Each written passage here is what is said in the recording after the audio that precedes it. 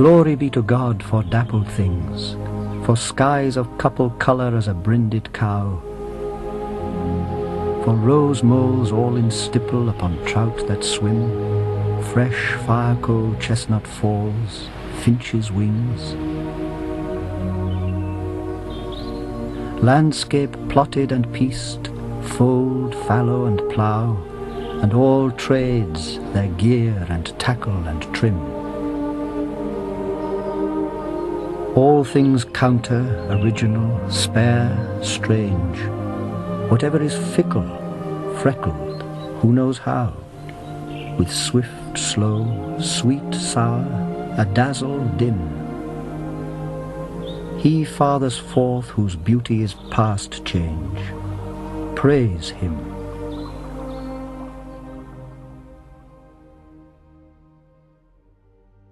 Welcome to the Nostalgia Podcast with me, Sebastian Morello, and my friend Brian Scarffe. Hello, Brian. Hello, Sebastian, and welcome to all our listeners as we explore part 2 of Sacred Ecology, which we had to lay down some quite technical definitions at the beginning of last time, but we want to move towards thinking about more practical questions, questions of rewilding, explore issues such as the Catholic land movement and how that relates to an early 20th century idea, distributism. I'm very interested in the ancient picture of man's relationship to the cosmos that is described as that of the macrocosm and the microcosm. How man is in some way everything that the microcosm is, and the relationship between the two is a great mystery, but it's is deeply connected to the question of sacred ecology, and so the practice of our ordering and organizing the cosmos has important interior effects, and I think we'll hopefully move on to that nearer the end of our discussion. But I want to start by asking you about a really hot topic question, which is rewilding. This is both something that's talked about among Christians interested in ecology and secularists as well. And there seems to be various ways of understanding the term, and some things that I think we'd be hugely enthusiastic for, and other things that we're a little more cautious about. What do you think about rewilding, Sebastian? Well, I've been following the topic with great interest for quite some time now. I suppose initially because I am very sympathetic to farmers and the endeavour of farming our landscape. But I'm also very sympathetic to as I said to you last time, I'm aware that in the last 80 years, half of our ancient forests and woodlands have disappeared from our landscape. Because of our intensive farming, the topsoil is extremely depleted. That our bird life is rapidly being eradicated, that we have fewer and fewer insects. I remember as a child, which wasn't that long ago, walking in the countryside with my spaniel, and you would see tortoiseshells and peacock butterflies and red admirals all over the place. This year I saw 2 red admiral butterflies. Our living landscape is disappearing before us. And this is because the oxygen isn't healthy. It's because of our chemicals, our pesticides, our herbicides, our fungicides, all of these that we're using all the time. It's because... Sorry, Brian, go ahead. No, I was going to say the light pollution. We've moved towards LED lights, which are not friendly to insects at all. That's right, also, yeah. So there's the combination of intensive farming and new technologies, and also how we approach the human dwelling Instead of, for example, cultivating our ancient towns and turning them into places of settlement, we're abandoning our ancient towns, and we are building over the countryside throughout England. You go into the ancient county towns of England. If you go into Northampton or Bedford, for example, that are the capitals of our counties, you will find town centres that have been completely abandoned. And you raise your eyes from the high street and you look up at the actual architecture, and it's the most glorious Georgian terraces or Victorian Gothic architecture. And then you look down at the actual high street, and it's all pound shops and Turkish barbers and so on, and the whole, these towns have been completely abandoned, and the indigenous population of these isles do not want to live in them, so they've become sort of ghettos for people who don't speak the language of the land, and they don't enjoy or share the culture of the land, and they're keen not to integrate. They want to form ghettos of newly arrived peoples. Meanwhile, the indigenous population, who don't feel like these towns are their towns or their homes anymore, have decided that the only way to deal with this is to sort of escape to the countryside. And so the countryside, rather than being a place in which man and the natural world communes, it's just being rapidly urbanized to accommodate for this strange demographic crisis that we're in. And so you have property developers buying up land from already struggling farmers, because of course we import most of our food now, and we don't eat seasonally. So these developers are just building over vast swathes of the countryside with cheap housing that won't actually last, but they have to put down these deep concrete foundations to hold them, which is going to completely destroy any ability to grow anything or do anything with that land for a very long time, even if our building up over of the landscape were reversed at any time in history. And so the problem of how we respond to our natural landscape is actually escalating, and it's accelerating. And then you have this movement of rewilding, and rewilding is interesting because whilst there are now international NGOs who are using the term and trying to advance that project, and you have governments that are using the term and posture in relation to it and bring it up occasionally in the hope of getting the green vote, nonetheless, rewilding is an initiative that's largely come bottom up. You know, it's come from people who have a bit of land, and instead of building on top of it or doing industrial farming or whatever, they're doing grass meadows, or they're planting trees, or they're doing all kinds of creative things in order to try and bring some health back to the land. Now, what's interesting about rewilding is that those who have chiefly objected to it have been members of the farming community. In a sense, farmers are.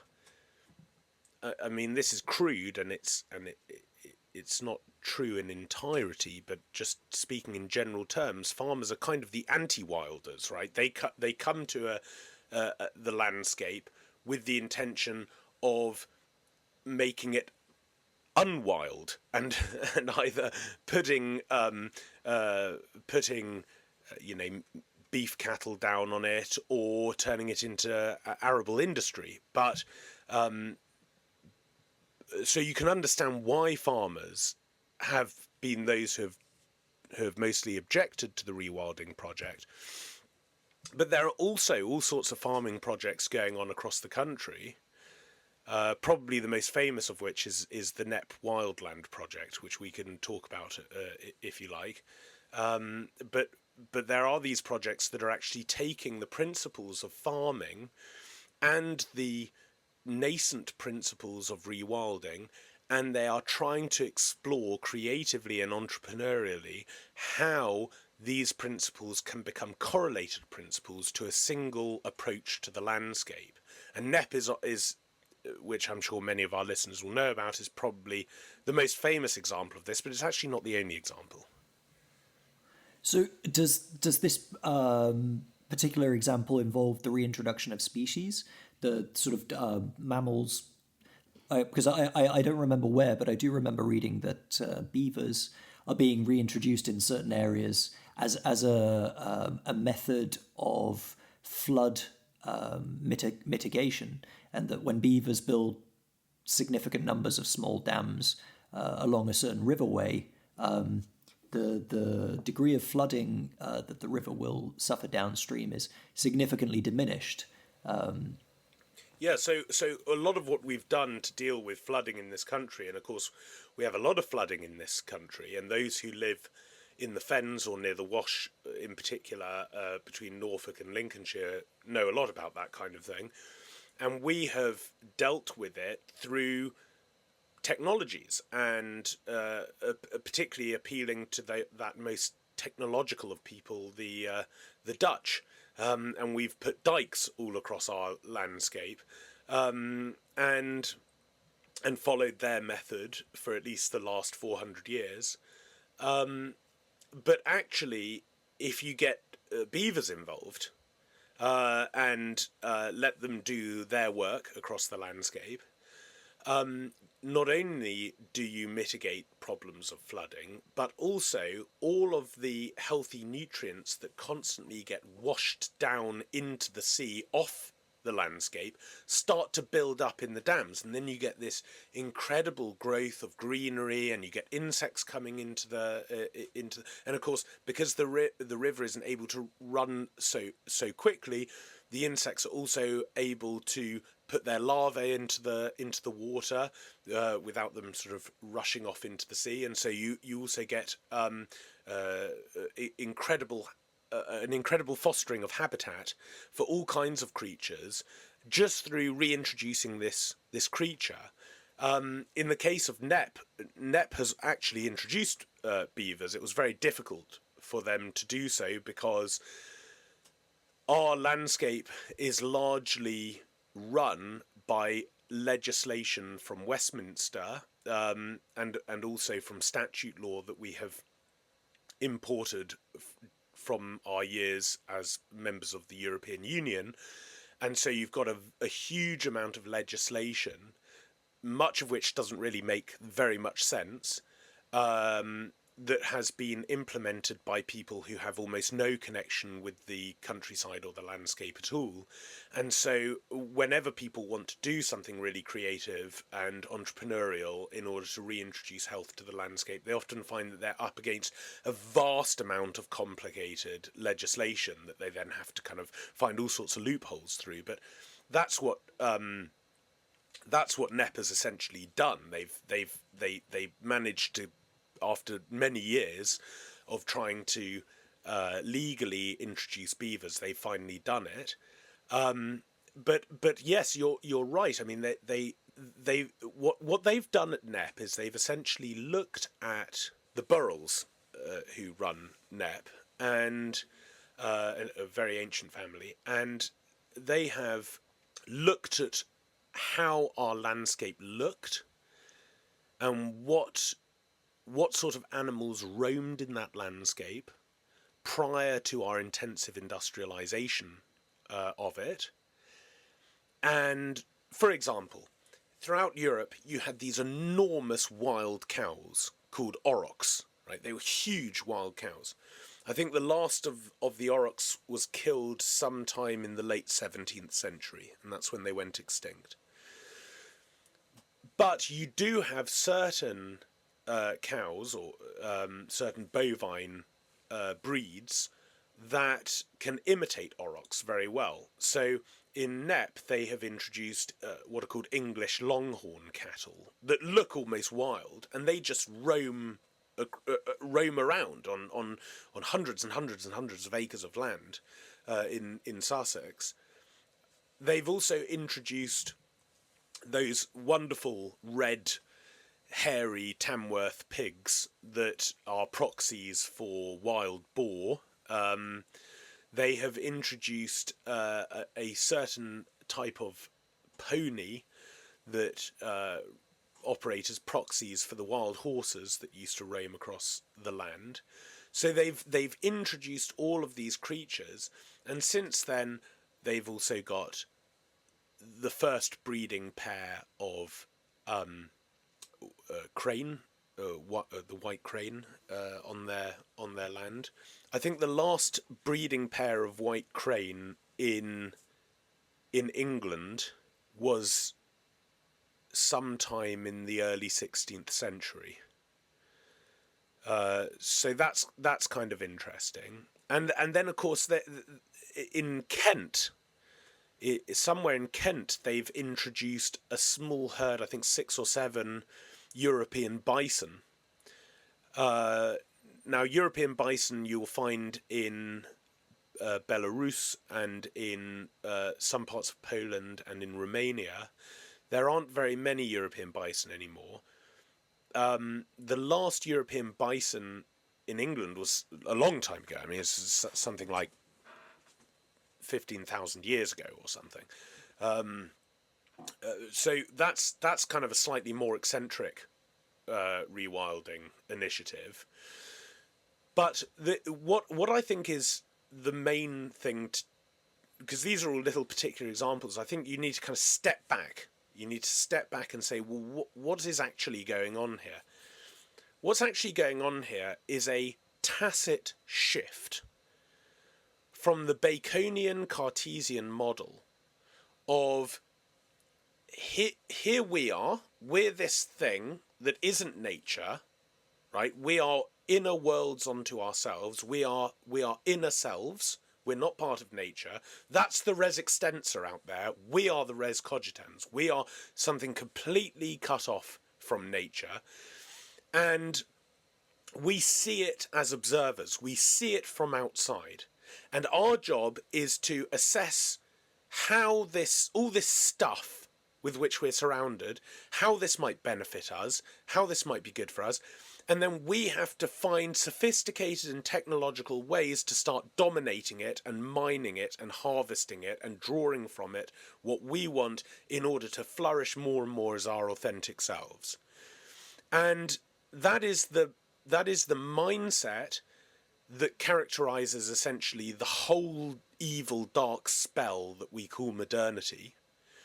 And what the rewilding movement in its better and more wholesome manifestations is all about is saying, no, actually, nature, it's not this stuff out there, it's not the environment, it's not just stuff with which we're surrounded. You know, this term, the environment, is actually a very pernicious term because the word itself perpetuates the Cartesian delusion. It perpetuates the modern delusion. That stuff out there isn't called the environment, it's called nature. And we are contiguous with nature. And if you try to wage a war on nature, you will end up killing yourself. So what you actually have to do is you have to treat nature as something of which you are a part, and you have found yourself moving about as one of the creatures in a much bigger world, something much bigger than you. And yes, it is beautiful that you are a creature who can reflect and live in a questioning relation with the world that is your home. But that doesn't mean that you are something set apart from it. You live in that questioning relation so as to come more into harmony with it. And when you are more in harmony with it, then you can treat this great, wondrous world in which you found yourself as a teacher. And you don't try and dominate it and beat it with a stick until it gives you what you want. You sit at its feet humbly as a student of nature. And what the rewilding project seems to have in its there. Okay, we can talk about it. There are some darker aspects of the rewilding project which we can talk about in a moment. But I just want to say that there is this very wholesome, beautiful aspect of the rewilding initiative, particularly by people who are not doing it because it's fashionable, or there are NGOs who are telling them that they should get on board and they'll get financial benefits for doing so or whatever, but often people who have to do it even against power holders who would frustrate the process of doing it. And there are all of these people who are rewilding because they are saying we have to have a completely different relationship with the natural world than the one that modernity has taught us to have with it. And those people are saying, well, look, if you have animals roaming wild, if you introduce beavers instead of using technologies, if you do this, then you're treating nature as a teacher, as a wondrous world before which you have to humble yourself and you have to learn from nature. And that, it seems to me at least, is a very small step. It's a very small step from that position to saying we have to learn from nature because it is the voice of its author. And because it is the voice of its author, we have to learn from nature because this is one of the revelations of God, right? This is like the original revelation, the first. It's the original revelation of God, exactly. And this goes back to an ancient stream of spirituality on this island and in Western Europe, which has been coined Celtic spirituality, and that has become an umbrella term used by New Agers. There's an emerging Orthodox element.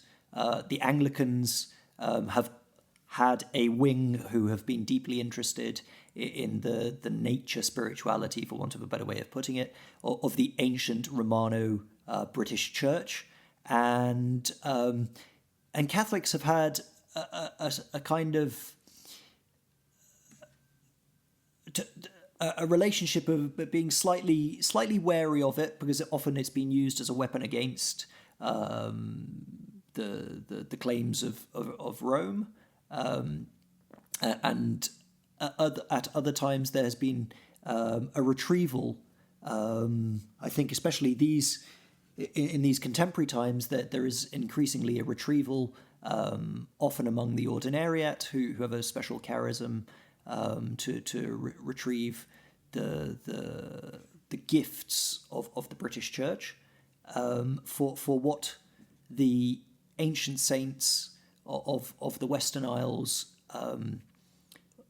how they lived and what they believed with regards to cosmos, and they did have a vastly more cosmic picture of Christ's work and of the work of the saints, and this is seen through their relationship with animals, which we see perhaps most clearly. The saint who's spoken about in his relationship to animals is Saint Francis of Assisi, and in some time it might be tempting to see him as being quite unique among the saints, but in the first 700 years of the West, many saints had relationships with the animal world that looked very similar to St. Francis, where animals became less wild and more tamed,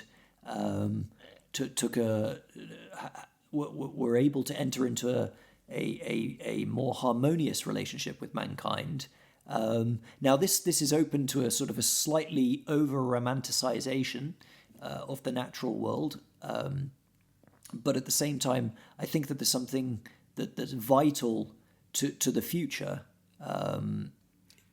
and is also a potential bridging point between what would seem totally incongruent groups of people, but offers a bridge. Well, I think the reason why in modern Western Christian thought among those who are more conservative or orthodox, small o orthodox, a certain suspicion towards the Celtic saints and the Celtic spirituality has arisen is because modernists in the 1960s and 70s completely appropriated the Celtic spirituality. And they did it because the kind of antecedent two-tier Thomism that had given a totally false conception of the relationship between grace and nature had been totally rejected, and rightly so, by the Nouvelle Theologie theologians.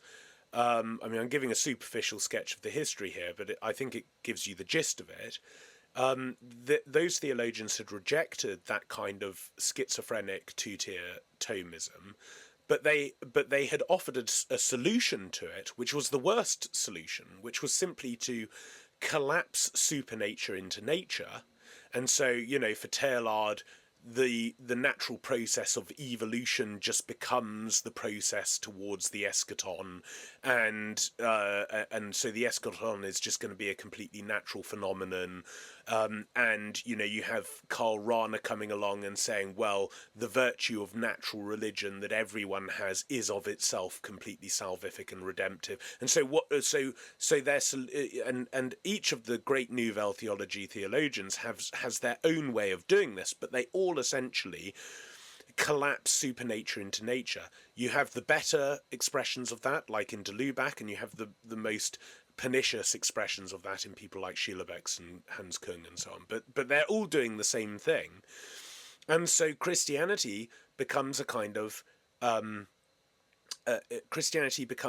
basically a species of natural religion. It becomes a species of paganism, and then of course orthodoxy and orthopraxis in the Catholic Church gets wrecked, and this bizarre therapeutic self-affirmation liturgy gets issued under Paul VI, which is what the Western Church has been stuck with ever since.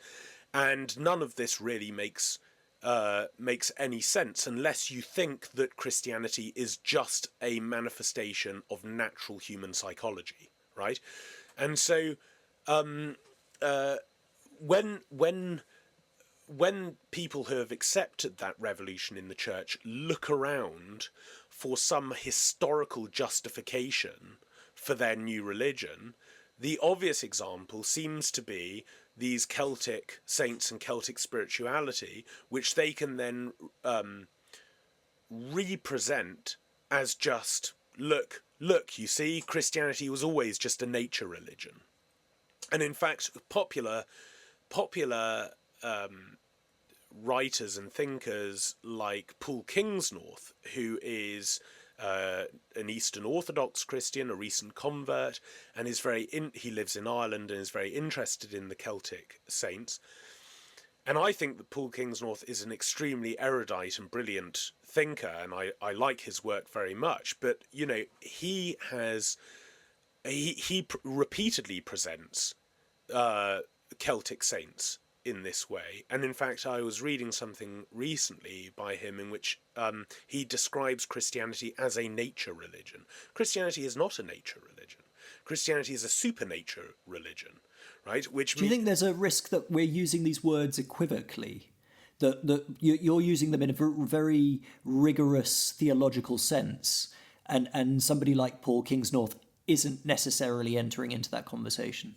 Well, maybe, and there is of course a chance that I am not offering him and others a sufficiently charitable reading, and that may be part of this. I don't know, but I think in a time of really widespread confusion about what we are now so deracinated, we're so uprooted from our own traditions that we are all coming to this as if for the first time, because no one inducted us into it, which means that we're now throwing around all kinds of terms that actually, once you start to study the tradition very deeply, you find are pregnant with all kinds of meanings that have a very particular place in the understanding of our wider theological and philosophical tradition.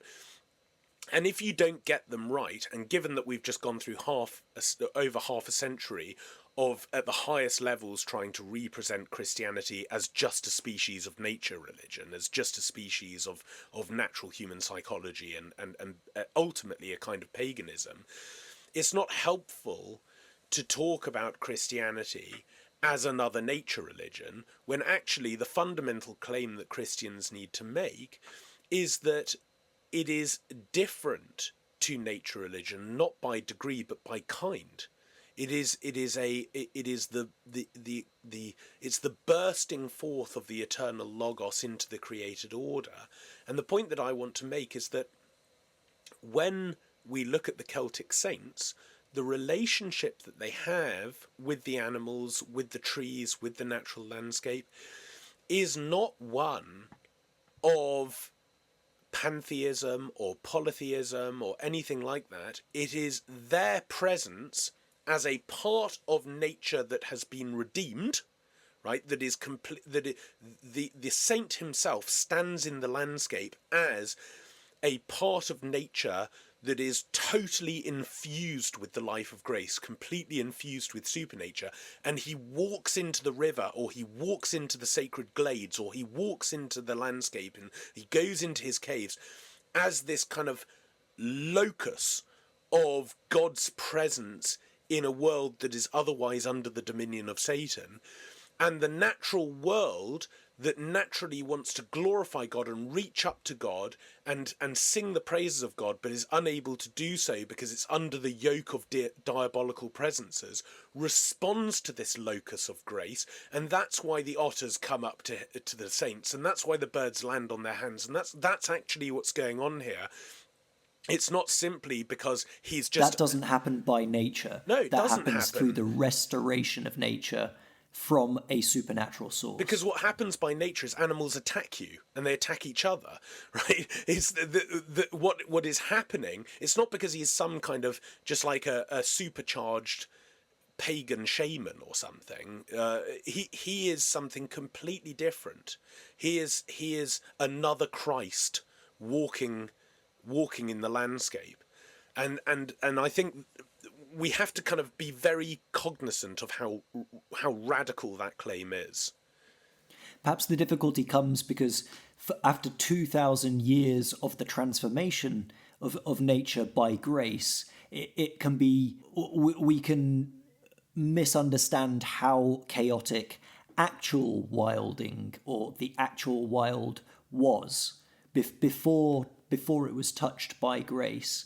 What the wilderness would have been very different from what rewilding sets out to achieve, which is actually a kind of gardening, just sort of a little bit more hands off. Yes, I think that's right. I think it's interesting that, as you know, we talked about hunting last time, and as you know, whenever I go hunting or deer stalking, I always make a point of saying a prayer to Saint Hubert, the patron saint of hunting. And I know that among the English, I'm slightly eccentric in trying to bring some spirituality and religiosity to field sporting pursuits, but I think that's not a problem with me, it's a problem with the English. I find Saint Hubert an extremely interesting figure because, for those who don't know, in brief, the story is that he was out hunting with staghounds in the lowlands of Europe, and he was out on Good Friday, which is, for those who don't know, traditionally, and even in England to this day, hunting does not take place on a Sunday. Sunday is for worshipping God and being in church, and holding the day holy and having a feast with your friends and family in honor of the Creator. It's not for hunting, and you also do not go hunting on great feast days. Certainly not on Good Friday, when you should be doing penance. and awaiting the glory of the resurrection at Easter. But nonetheless, Hubert was out with staghounds, and he brought a stag to bay, surrounded by his hounds, and the stag turned and looked at him, and between its antlers was suspended a miraculous crucifix. And he heard the voice, "If you do not amend your ways, you shall go down into the pits of hell." And St. Hubert, this was sufficient to bring him to a great metanoia moment in his life, and he became a great saint and a great bishop in the lowlands of Europe. But interestingly enough, he was made the patron saint of hunters. And in fact, the monastery of St. Hubert in what is today Belgium was very famous for breeding the St. Hubert hound, which was considered one of the greatest hounds, scent hounds in the world, and is the ancestor of pretty much all of our hounds in England. Bloodhounds, foxhounds, harriers, beagles, bassets, all progeny of the St. Hubert hound. But the interesting thing is that St. Hubert, his life inspired what became the ethical hunter's conception of hunting. This idea that hunting is an aspect of stewardship, it's an aspect of managing the wilderness, and it's an aspect of developing a moral relation with animals. People find that very difficult to imagine, but actually breeding thousands of chickens and bringing them to the third week of their life and then casting them into a machine where they can be churned out for a supermarket is not to develop a proper moral relation with animals. To go and stalk a deer over many hours or even days and try and take the cleanest kill and honour it and so on, that is to form a moral relation with animals. Hunters, if they are true ethical hunters, if they are true sons of St. Hubert, will always approach hunting with a kind of with a truly moral disposition, and that whole movement of the life of the ethical hunter who sees himself as a steward and as a wildlife manager and as a landscape manager and as somebody who is a true conservationist, that is all downstream of that initial devotion that European hunters cultivated to St. Hubert. I'm sorry, any conversation we have, I'm always going to try and bring it round to hunting. So maybe I'll let you take the conversation where you want to go. No problem at all. It's just something I don't have a huge amount of experience with. But neither do I have much experience with farming. On the other hand, gardening is a much more widespread English pursuit. And in the early 20th century, there was a movement which we now call distributism, which said that the ideal social arrangement was to get as many people to be landowners as possible. And in some ways that's failed, but does have contemporary manifestation in the Catholic land movement in America, which seems to be a marriage of distributism and the Benedict option.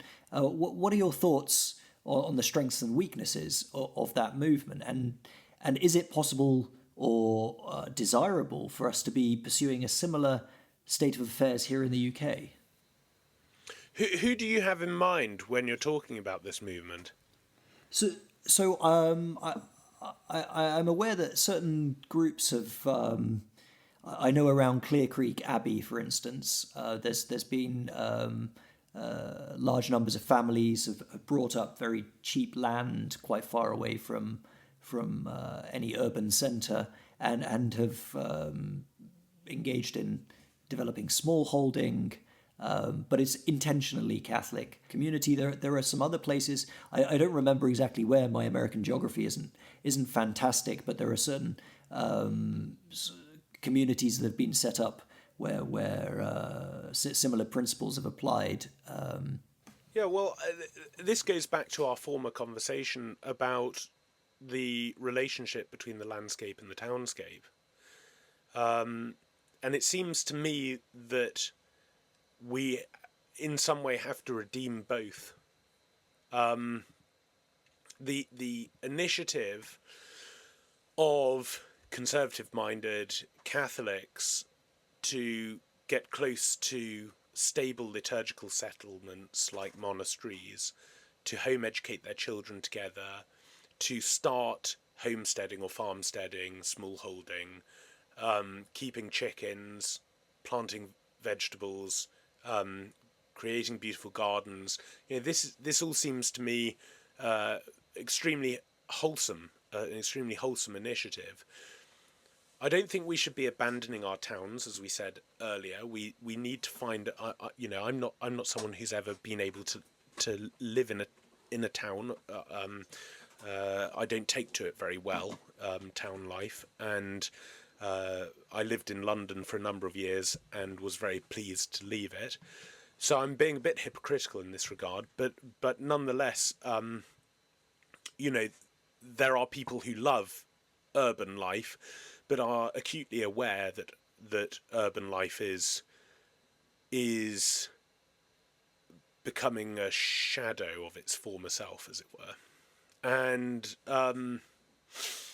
it seems to me that there is a great Christian missionary activity there of trying to redeem both. And that's why I think we ought to never lose a sense of the complementarity of the townscape and the landscape and our mission to both.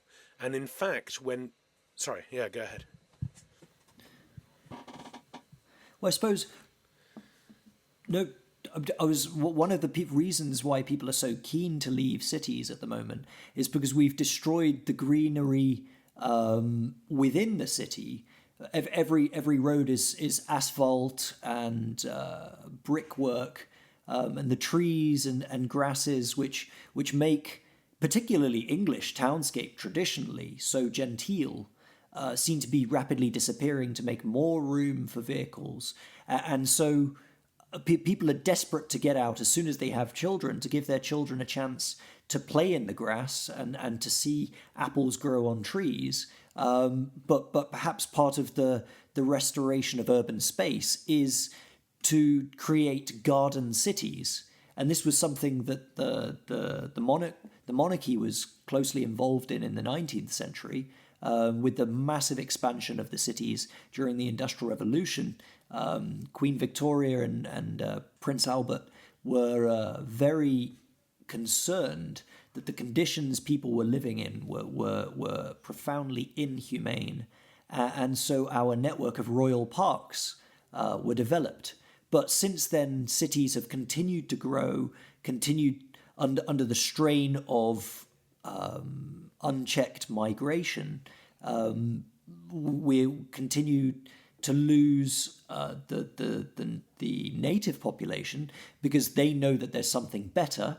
But surely part of creating towns, ironically, some kind of rewilding towns to make more green space, to shut roads to cars, and this is before I let you give your thoughts.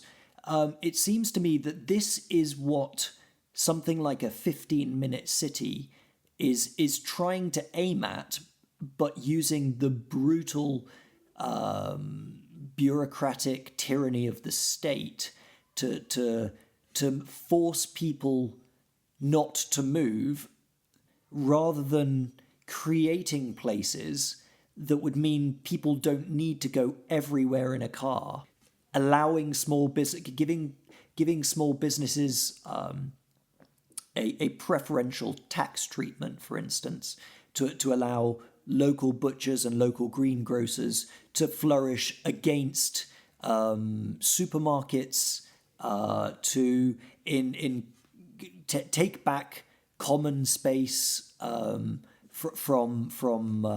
everything being overdeveloped or over privatized, and to, as the Dutch have done so excellently, give priority to human forms of transport, particularly in their case, cycling, which only benefits absolutely everyone. And somehow we've managed to create a situation where electric cycling has taken off, but is very open to inhumane speeds, and increased It's dangerous. level. It's very dangerous. But whereas the ideal in between, where people just pedal themselves at reasonable speeds, seems to have been skipped entirely. Particularly in London, you experience this. So in some ways, Trouble the is, rewild. what you're describing, Brian, is it requires a whole load of prerequisites. Because if you want to rewild your town, just to give one small example, okay, the nearby town where I live, where we go in to do our shopping and whatever, some years ago, the decision was made, and I think it was largely because of local lobbying. The decision was made to pedestrianise the high street for, I think, 3 or 4 days a week. And it totally transforms the town. You know, people aren't worried about their children running down the pavement and greeting each other. People stop in the road to talk to one another. A market comes to the town twice a week, which was actually received its royal charter in 1090.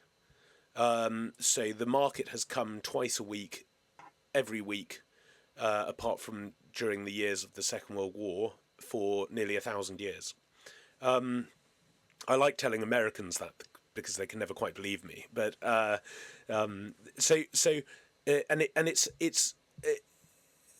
it's completely transformed the community, but the community is just tight knit enough to also police itself. So if on days when the high street is pedestrianised, someone was, racing at 35 miles per hour on an electric bike down the middle of the pedestrianised high street, I think that the people are still communitarian enough that they would actually, stop the person or yell at the person or whatever, make him feel like he can't do that, right?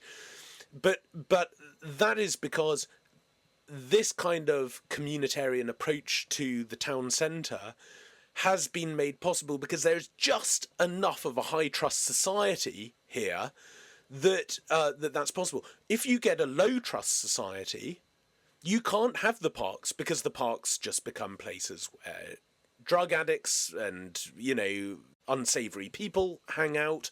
And so you have to keep an eye on your child at all times because you're worried. And so the whole thing just fragments. And actually, it would just be better and far less stressful to just shut the gate and be in your own private garden and cut yourself off from everyone else.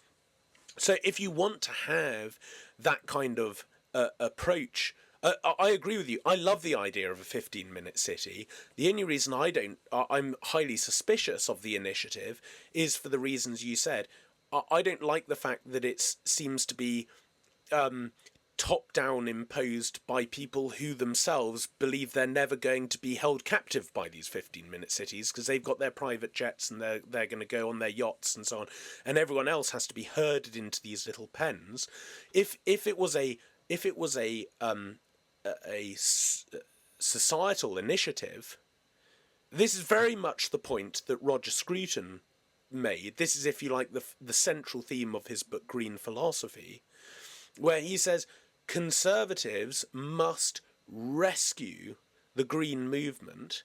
They must reappropriate it. They must make it their own, and they must do it by showing that every single one of the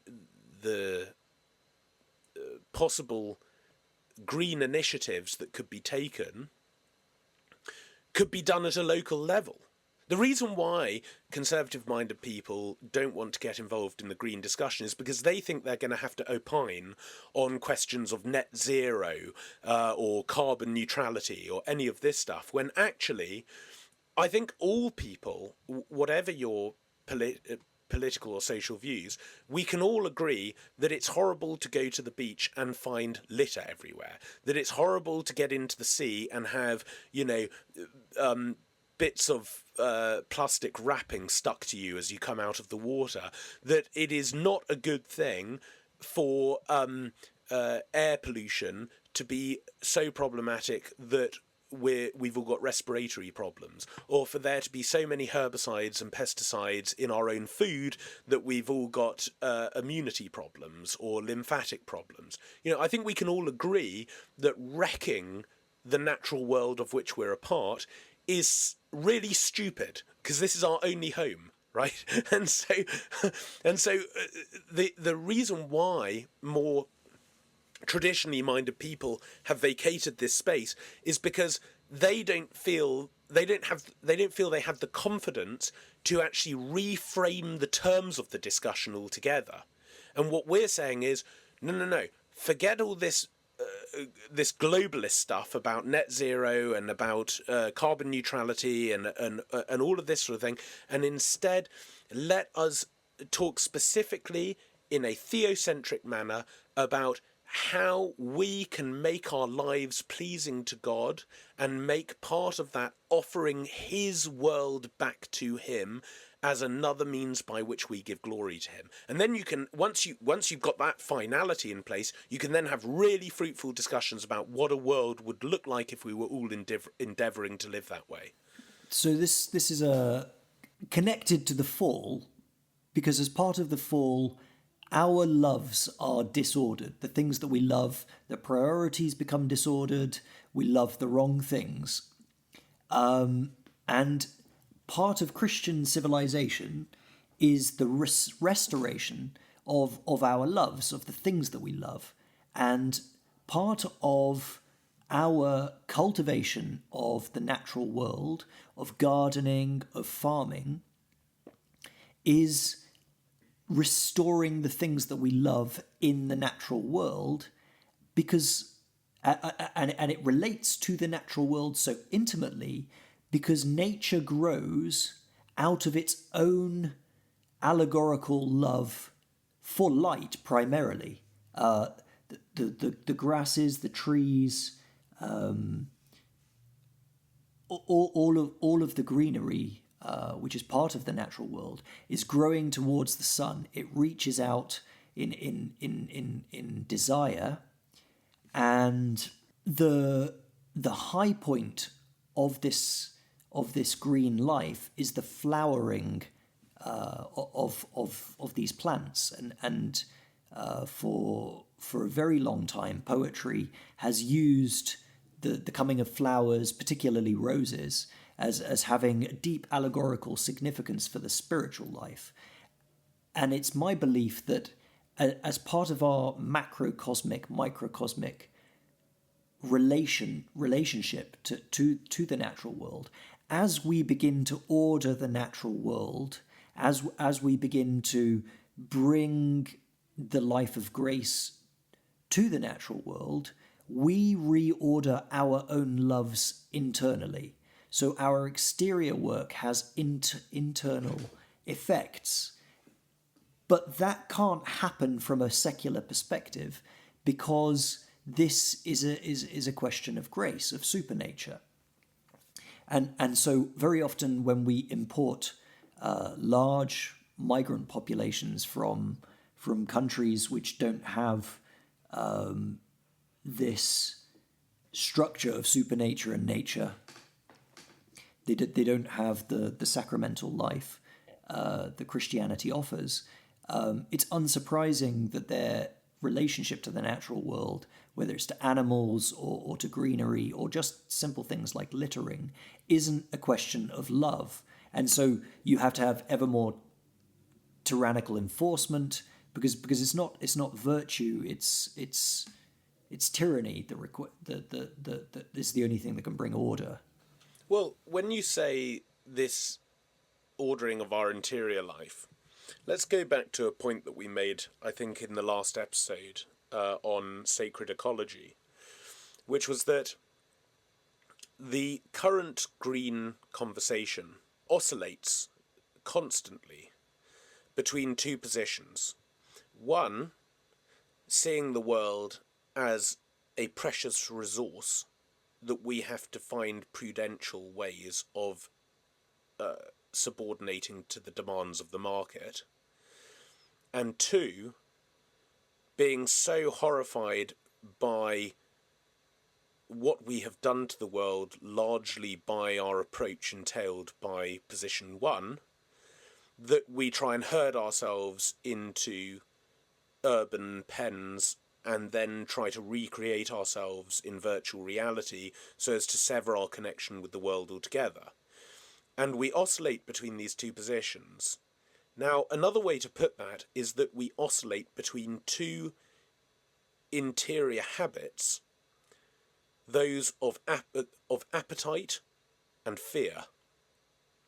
Right? We approach the world in a completely appetitive way, and then having done that, we're so horrified by what we've done that we become fearful, and we try to run away and hide ourselves in shame.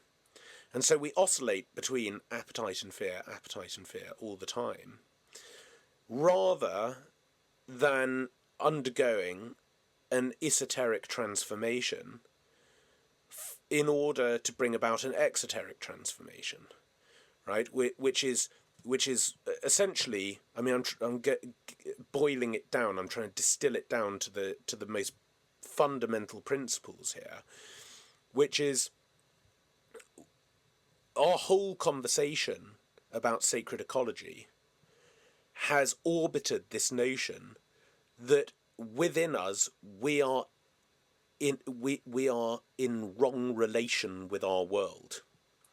And so within us we have to, as you say, reorder our habits, reorder our dispositions, so that rather than schizophrenically and chaotically oscillating between appetite and fear, we bring to blossom, we bring to fruition those interior habits of wonder and awe and humility, and we approach the world as a teacher because it's the voice of its author, and we and through that esoteric transformation, we can rightly expect and hope for an exoteric transformation, which is, if you like, the coming to the fore of our transformed relation with our own home, our own world.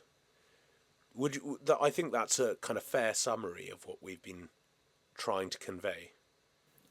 Yes, absolutely. And to put it in perhaps more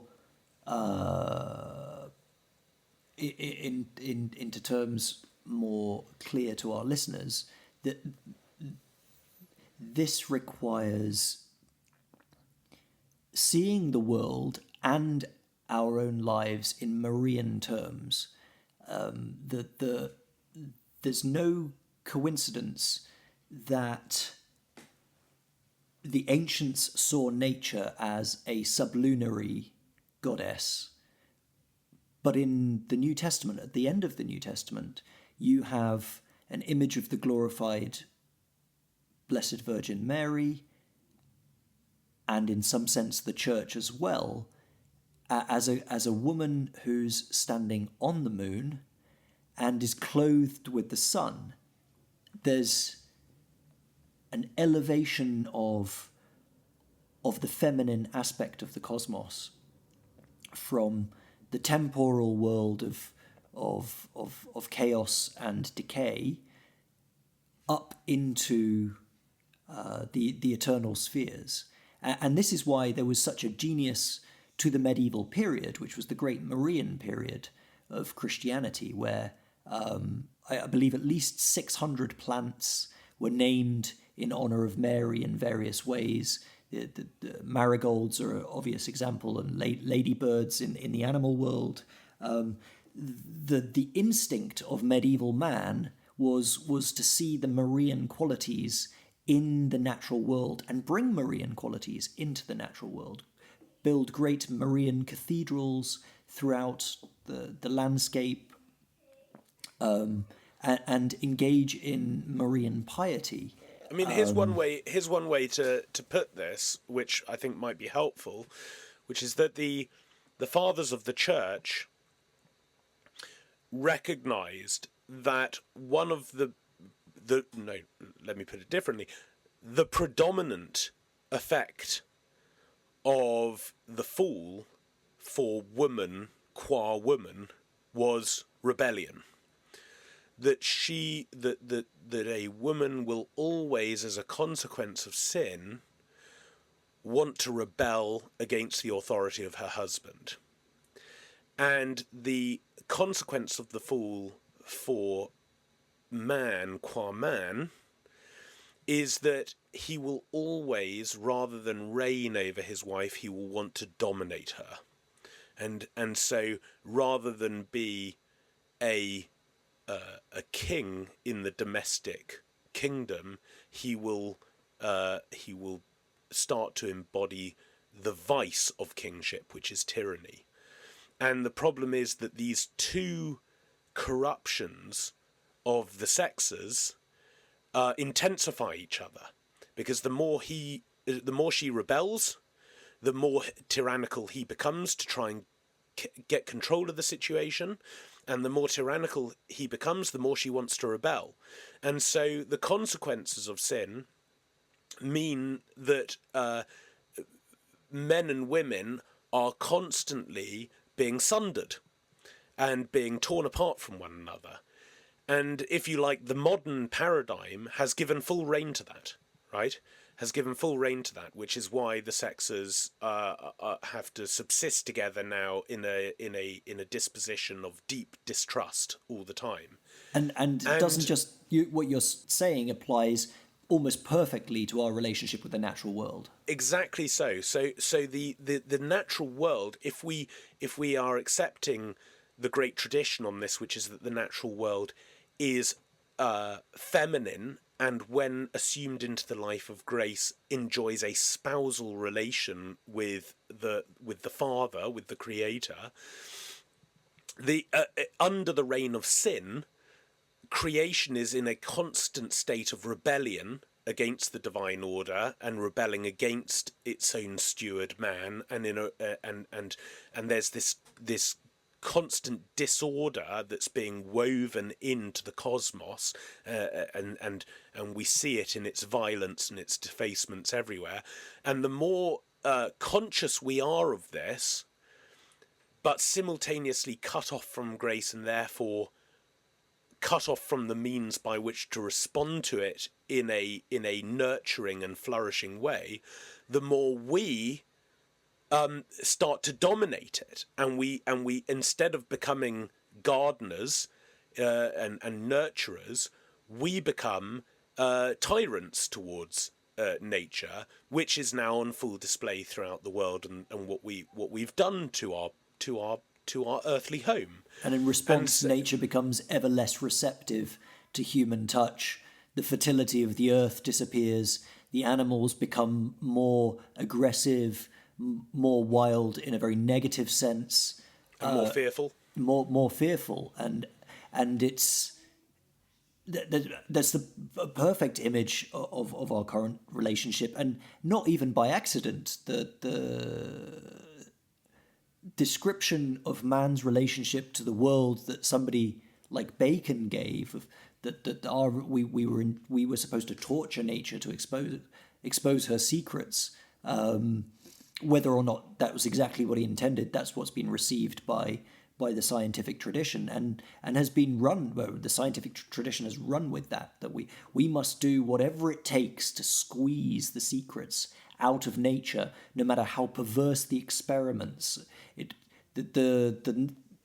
I remember reading somewhere that somebody was describing why they left the pursuit of studying biology, and they became incredibly demoralized by how many mice they had to torture to death in order to discover how the internal organs were working. Not even making new discoveries, but just following in the footsteps of what's being done before. This kind of utterly sadistic relationship to the science of knowledge of knowing nature is commonplace. It's the normative relationship. Yes, and it's not knowing nature by sitting at its feet. It's knowing nature by establishing a tyrannical connection with it. I mean, the fact that we are now a people who are sufficiently technologically advanced so that we now have objects in our possession that could destroy everything, right? We have now created weapons that could destroy everything, right? If somebody said, and more absurdly, that they are essentially there to bring about peace. Exactly. That's the argument. So we're going to maintain peace by threatening to destroy everything. Right? If somebody said, look, I've come up with this idea and I think we have the technology to do it, I thought I might create this object that could kill everything and everybody on the planet. What do you think?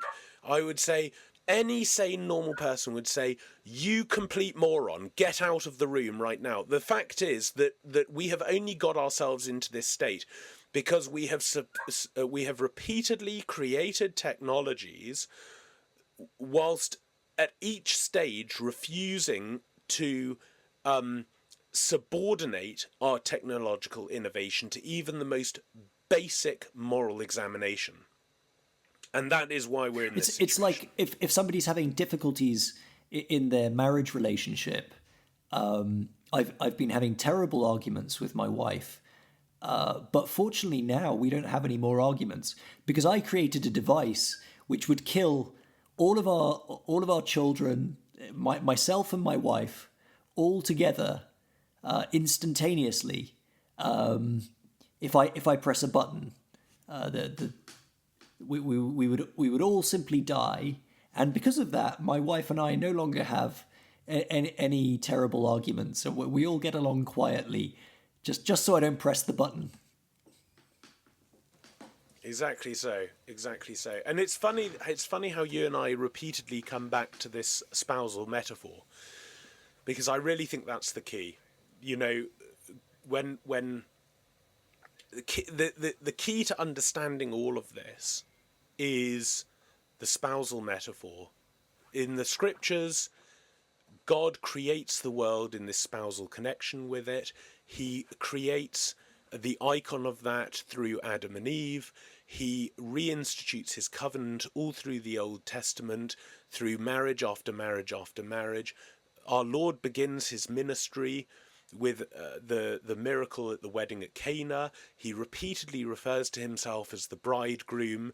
He consummates his marriage upon Calvary, in which he proclaims consummatum est, I have consummated this.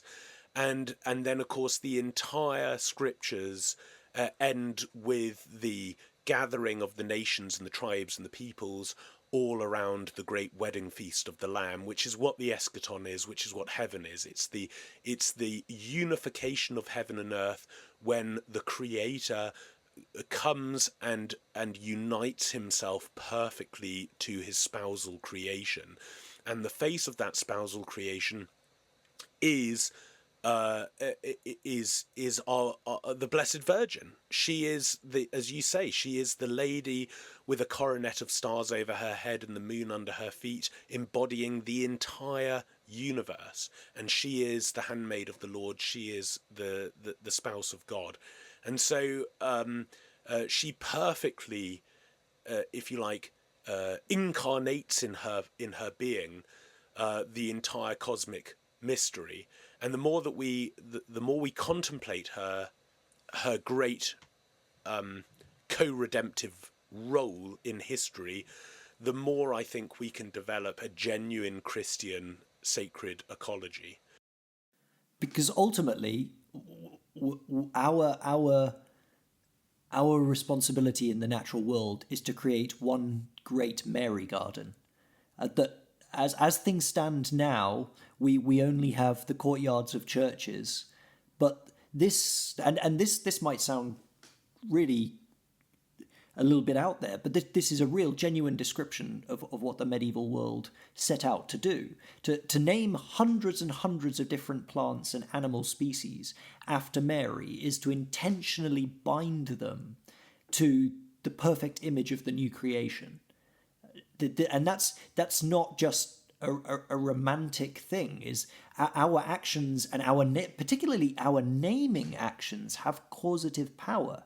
This is at the very beginning, before the fall, we are engaged in a naming process, which is a process of gnosis, to coming to know the cosmic reality, and in some sense that follows through into self-knowledge, because all that is out there in creation is within us too. Yeah, well, I think you and I recently were talking about the painting that I recommended you had a look at, the earliest painting of the Immaculate Conception from the end of the 15th century by Carlo Crivelli. And that, I think, gives you a really good example of, if you look at that picture. I'm just trying to get it up on my screen here. It's kind of amazing how she's just adorned with all of these images of the natural world. You know, she's got pomegranates and pears and zucchini and apples and lilies, and they're all around her. And of course her dress is like this great garden. You know, she's got these materials wrapped around her with all sorts of plants and so on. She is the principle that regenerates the natural world and offers it through being this perfect conduit of grace, and offers it back to the Father. And of course, historically, she was called Our Lady of the Fields, and she had all of these titles that indicated her connection with the natural world. And I really do think that that Marian devotion, in the way you recommend, Brian, needs to be absolutely at the heart of this renewal in Christian sacred ecology that we are trying to defend and advance here. And the connection that this country, our country, our land of Britain has to the Marian charism as being the dowry of Mary is not insignificant. It is our job, perhaps, to bring this back to the forefront, because we have a 2,000-year history of Marian devotion, going back to the very first church consecrated to Our Lady at Glastonbury. It is to us that this job is being handed, and this is intuited even by those who have forgotten the meaning of their baptism and are part of the New Age movement. They get this on an intuitional level, but don't have a place within the institutional church to express it properly. And this is why the New Agers are so deeply devoted to Mary. One of my favourite odd subsection of book collecting is to buy books on Mariology by non-Christians, and there's a whole genre of books studying the divine feminine as revealed in Mary, as found in the Black Madonnas, as found in the Rosary, but explicitly not by people who would call themselves Christians, because they intuit that this is the pinnacle of the divine feminine. It's the pinnacle of the ecological movement, and it is the most important indicator of the way forward for us in the natural world. Brian, I think this sets us up very well to have a discussion soon about the Black Madonnas of Europe. You and I have both been enormously influenced by a book called The Black Virgin by the French philosopher Jean Hanny, whom we've mentioned a number of times because he is a great authority for both of us. And I think where we're coming to here really offers us a great opportunity to explore those themes and perhaps introduce our listeners, if they don't know about that book already, to some of its core principles. So let's wrap it up now, Brian. And I think we've got a good further conversation set up. We're actually soon going to have Jason Baxter on the podcast. He is the translator of the wonderful new translation of Dante's Inferno, but he's going to be talking with us about Dante's Divine Comedy as a path of Christian initiation. So that should be really interesting. We're going to have him on soon. We're also going to do a Halloween special at the request of one of our listeners, because this is very contentious. Christians are always asking themselves whether the old feast of All Hallows can be recovered from the kind of secular culture, and what Halloween has become, largely under the influence of the demonic empire called America. So we're going to have a Halloween special and talk a bit about Halloween.